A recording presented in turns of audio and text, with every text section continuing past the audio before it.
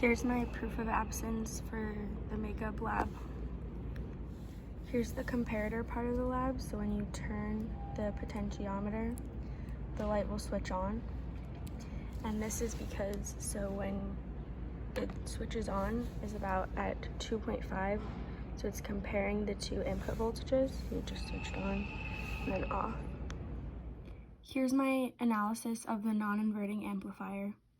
The V minus and V plus are both equal, so they both have to equal V in, and both I minus and I plus are 0, so I1 equals I2, and you can just use nodal analysis to find that the gain equals 1 plus R2 over R1. Here's my circuit for the unity buffer amplifier. So I have my op amp there, my potentiometer, and then I have the 4 analog ins. And then here's my Arduino code.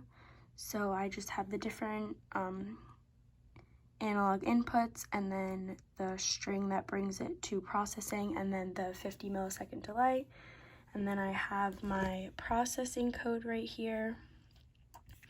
I changed it to the other baud, and then I had to add all of the V's, and then just changed the if loop, added in 2 more of these, and then 2 more of these as well. So then if I go to my processing window, you can see all the V's down there.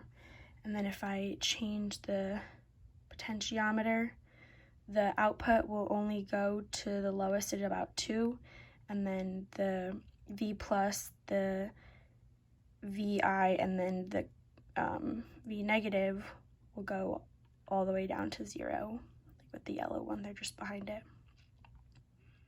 Here's my circuit for the inverting amplifier. I have the op amp, and then I have the 10 and 100 ohm resistors to get the negative 10 gain, and then I have the voltage divider down here. And then here's my Arduino code. It didn't change from the last one. And then here's my processing code. So if you run this, you can see that the yellow will always be the 2.5, but then when I twist the potentiometer, the other ones will go up and down depending on what it's at. Here's the analysis for the integrating amplifier. Both V plus and V minus equaled 0 because V plus is connected to ground. So the current through the resistor and the capacitor are the same.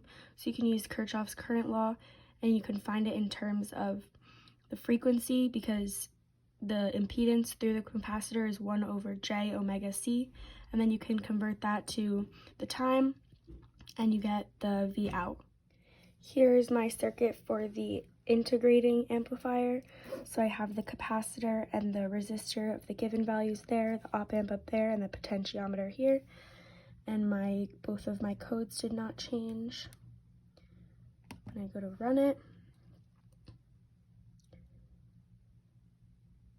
the V plus is connected to ground, so that one stays at 0, and then the V out